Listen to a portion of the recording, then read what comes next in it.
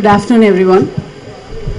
I'm kind of frustrated because both screenings were cancelled due to the late arrival of print. I'm hoping the print will come soon and we'll have screenings tomorrow, day after.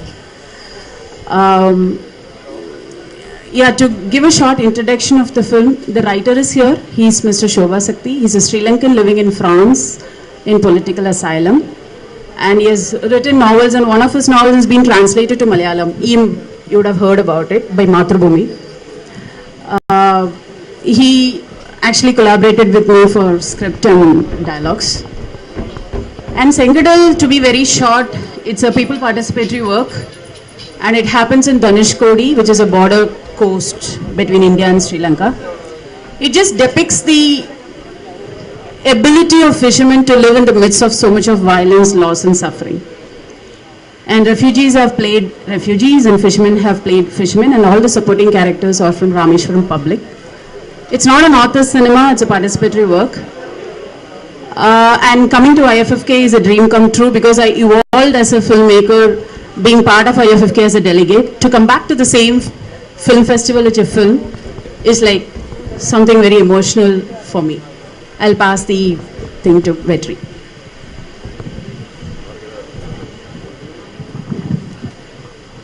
Good afternoon, everybody. I've got very less to say about the film or myself, because I think the film is old now. It's nearly a year since the film has got released, and most of us know what that film is about. So if you have any questions to ask or anything to talk about, then maybe we can share our experiences. So that's it. Thank you. இலங்கை பிரச்சனையை பற்றி நம்ம பேசிகிட்டே தான் இருக்கோம். நீங்கள் சொன்ன மாதிரி 30 வருஷமாக பேசிகிட்டு இருக்கோம். 30 வருஷமாக மக்கள் கொல்லப்பட்டுட்டே தான் இருக்காங்க. And as Indians, Indian government has collaborated Sri Lankan government, and it's not the war which had happened, it's a murder. And we as Indians, we are part of it, because we were silently witnessing what's happening there. We are not considered as Indians, but we are only seen as Tamils. ஏன் சொன்னேன் அப்படின்னா, 30 வருஷமா நடந்த shooting, ஐ மீன் Sri Lankan நேவியோட என்கவுண்டர்ஸ்ல register பண்ணப்பட்ட உயிர்களோட இழப்பு 1000 பேர். அன்ரெஜிஸ்டர்டா பல ஆயிரம் மீனவர்கள் கொல்லப்பட்டிருக்காங்க. நம்ம கிட்டத்தட்ட 11 கண்ட்ரீஸோட பவுண்டரிஸ் ஷேர் பண்றோம்.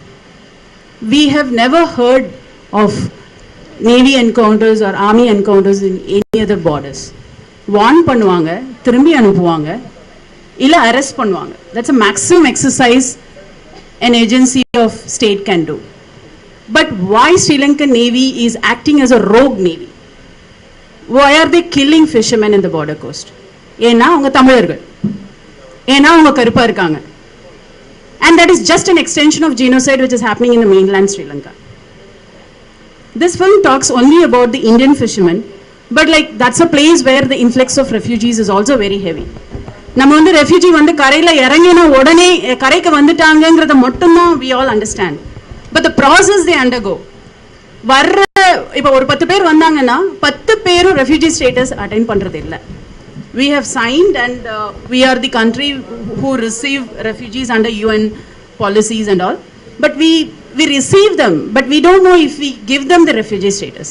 So on the process, in the process they undergo, and the experiences how they flee from Sri Lanka to India, and how illegally they reach the shores, dead or alive.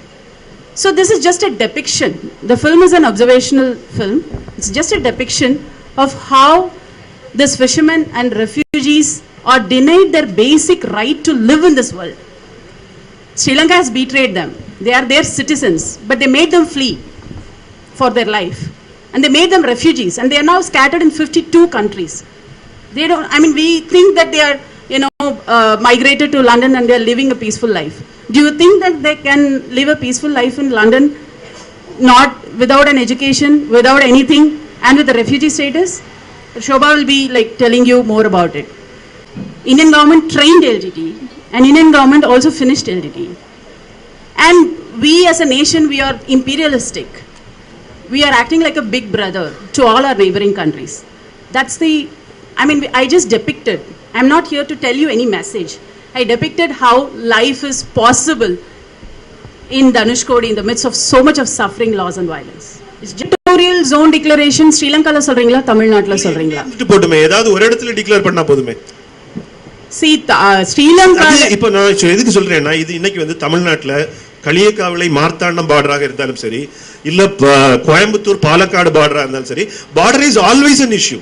Borders are so deceptive. நான் பார்த்த வரைக்கும் borders are so deceptive. நீங்க தனுஷ்கோடிக்கும் தலைமன்னாருக்கும் நடுவுல Park Strait. It is just a piece of water.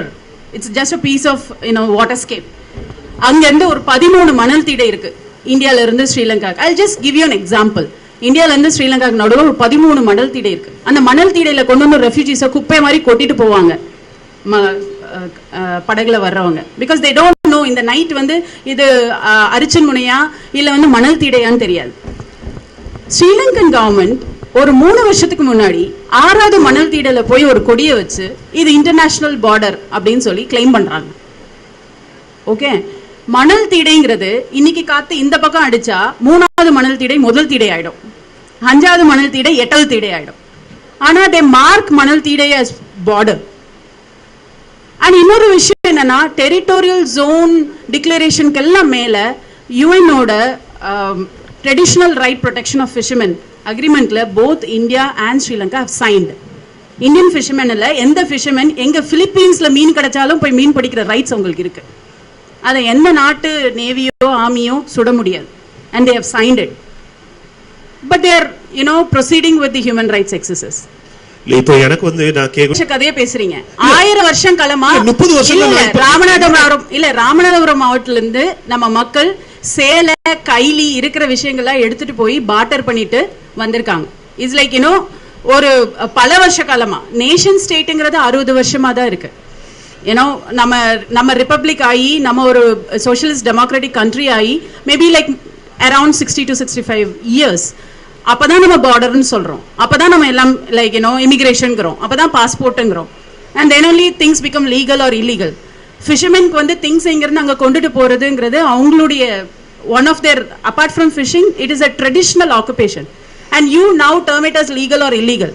அவன் LTTE பொருள் கேட்டாலும் கொடுப்பான், இலங்கை அரசுக்கு பொருள் கேட்டாலும் கொடுப்பான், யாருக்கு பொருள் கேட்டாலும் கொடுப்பான். அவன் கொண்டு போய் கொடுக்கறது அவங்களோட occupation.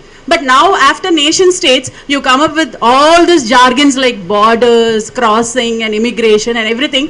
And you just like நம்ம வேற எதுவும் பெருசா பண்ண முடியாதனால இன்னசென்ட் ஃபிஷர்மேனை கில் பண்ணிட்டு போயிட்டே இருக்காங்க. This is what is happening. நீங்க வந்து 30 வருஷத்துக்கு முன்னாடி ஷிப்பிங் இருந்ததுன்னு சொல்றீங்க. கச்சத்தீவை எதுக்கு கொடுத்தோம்? Indira Gandhi never consulted anybody. She didn't consult Tamilians here in India or Tamilians there in Sri Lanka. It's just a geopolitical exchange. கச்சத்தீவை கொடுக்கும் போதே ஸ்பெஷல் பவர்ஸும் ஸ்ரீலங்காவுக்கு கொடுக்குறாங்க. அங்க ஏதாவது பிரச்சனை இருந்ததுன்னா நீங்க ஷூட் பண்ணிக்கலாம் அப்படிங்கிற ஸ்பெஷல் பவர் கொடுக்குறாங்க. அந்த மாதிரி ஒரு ரோக் ஸ்டேட்டுக்கு ஸ்பெஷல் பவர் கொடுத்தா அவங்க ஏதாவது அதை கரெக்டா யூஸ் பண்ணுவாங்களா? They are misusing it and that's our history. எல்லோருக்கும் வணக்கம். நான் செங்கடல் படத்தில் திரைக்கதை வசன ஆசிரியராக வேலை பார்த்துருக்கிறேன். அந்த ஊரில் போயிட்டு தனுஷ்கோடிக்கு போயிட்டு நாங்களாக புதுசாக ஒரு கதையும் பண்ணலை. அந்த மக்கள்கிட்ட பேசி அந்த மக்களுடைய உணர்வுகளை, அவருடைய உரையாடல்களை வெறும் தொகுக்கிற வேலையை மட்டுமே நாங்கள் செய்திருக்கிறதா நான் கருதுகிறேன். மற்ற விஷயமெல்லாம் இயக்குனர் சொல்லிவிட்டார்கள். நீங்கள் ஏதாவது கேள்விகள் கேட்டால், குறிப்பாக இலங்கை குறித்த இந்த படம் இலங்கையை மையப்படுத்திய ஒரு படம், இலங்கையில் நடந்த யுத்தத்தை மையப்படுத்திய ஒரு படம். அது குறித்து உங்களிடம் நிறைய கேள்விகள் இருக்கலாம் என்று நம்புகிறேன். நீங்கள் கேள்வி கேட்கும் பட்சத்தில் அது பற்றி உரையாடிக் கொள்ளலாம். நன்றி. Because I don't watch much of Malayalam cinema, but you people have been watching Malayalam cinema and you know what I meant by that. No sir, now that you have just made the comment, can you please explain that? No, I don't think there's any explanation needed. All the films and all the films that we see in Malayalam nowadays stand ample proof for that. Again, please elaborate. Okay, what do you want me to say? Tell me, I'll tell that. Please be specific with that comment. See, okay, the jargon called masala films, right? Masala films, the masala stench is too much in Malayalam now, whereas in other other industries which wanted to make films like Malayalam films. Like, you know, when we were students in 10th grade, 9th grade, we used to think, why only in Malayalam we get to see such good films? Now it's turned the other way around, because whenever we come here, we hear our friends saying that, you know, Tamil cinema is good, this Malayalam cinema has become worse, they say. So now we find role reversals here. We learned from good examples, they learn from bad examples. Actually, we never thought in terms of all those things. Only thing is, that is the only logical and rightful conclusion for a film of that sort. We didn't have anything else to say, and moreover, if he's going to justify, then the whole purpose of the film goes wrong. So we wanted it to be an open end, and it could mean anything. Just down the end of the road, he could be arrested by the police, cops, or he could be taken by the other guys, Durai's men. Anything could have happened. We just wanted to keep it open so that we let the audience think for themselves and what's going to happen. So.